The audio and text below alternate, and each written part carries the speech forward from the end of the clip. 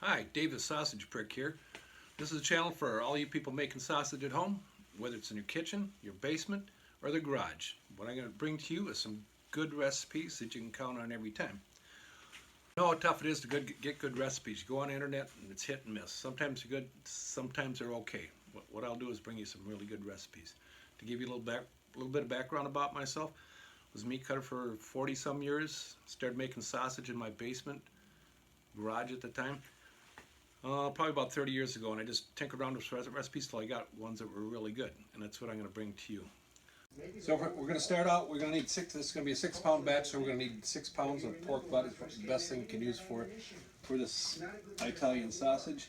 I'll show you how to take this bone out of the pork butt. You can get boneless pork butts. They cost you quite a bit more, so I usually get the bone in it. And it's really easy to get this bone out of here. The cupboard was dry, right? The cupboard was dry. No, I think right now you'd be at war, essentially, in some form. Be over, it would be raging with North Korea if I were president. We're doing just fine with North Korea, just fine. Let's see how it all ends up. All you gotta do is follow the bone all the way around. It's mostly a flat bone. You got a Y shape on the bottom part, but just feel the bone all the way through it, and it doesn't take very long. Otherwise, you'll be paying probably at least 40 cents more a pound for the pork butts if you're getting the boneless ones. We met at the line. I stepped over the line. The first time anything like that's ever. It's all good. It's good. That's all there is to it. It only takes you a second, and I'll get 6 pounds of trim out of there. We'll weigh it up here. On the back side of a pork shoulder or pork butt, you can call them either one. Some call them a basta, but it all depends where you're from. There's going to be a gland in here most of the time, and that'll be your fattiest piece. There's a little gland right there. They are edible. I don't care to eat them myself, but I usually take them out. So we got our 6 pounds of pork trim here, and we're going to grind once through the fine grinder. The second time we'll run it through the medium grind.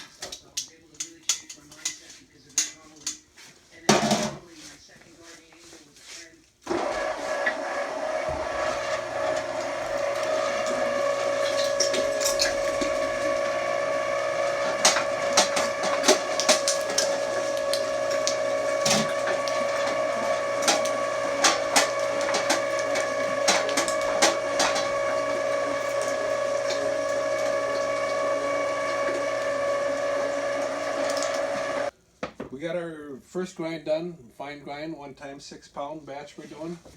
We're going to add a 1/4 cup salt,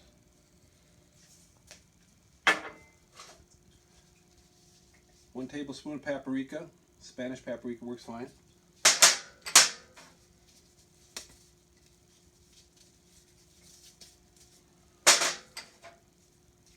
1 tablespoon oregano.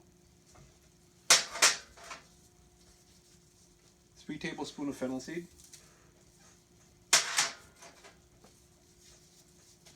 1 tablespoon black pepper. 2 tablespoons plus 1 teaspoon garlic powder.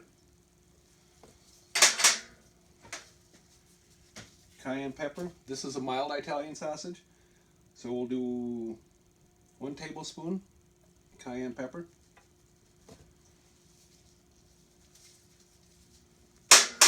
A 1/2 cup of dried milk. Dried milk, especially if you're making lean sausage, this is pretty lean right here. It's going to hold in the moisture, and it's good to put it in your 85 or your 80% lean, which is probably what you're going to do on this Italian sausage. Because it'll bind it together good, and it'll prevent it from getting chalky. If you ever had a chalky sausage that somebody's made at home, if you put the dried milk in, it'll never get chalky on you. For a hotter sausage, this is mild right here. For if you want to go, I do a mild, a hot, and an extra hot. So if you wanted a hot, you would add 1 more tablespoon of cayenne pepper, additional to, and if you want an extra hot, you'd add that one tablespoon extra, plus you do 1.5 tablespoons of crushed red pepper. We'll mix this up and put it through the grinder, and the second time on a medium grind. if you're gonna go if you're using a slow grinder, or you want to do 2 fine grinds, I don't know what kind of plates you got, because I know everybody's got different grinders. You'd add the fennel seed in after the second grind, because the fennel seeds will get caught in some grinders and it'll stay right up on your blades, and it won't work through your sausage.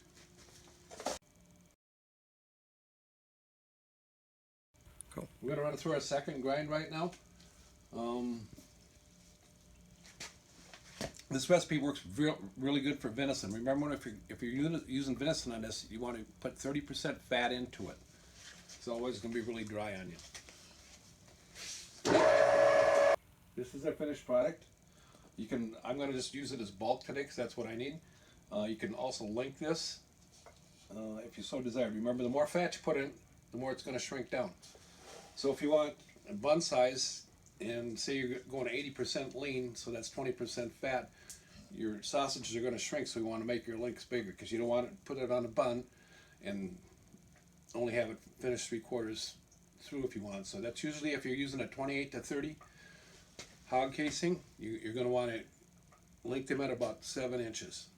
And it's the same with, and they're going to be a little over 1/4 pound that way. If you use the 30 to 32 size hog casings, they're going to be over 1/3 pound. So it all depends on what size you want your links, how much you want them to weigh.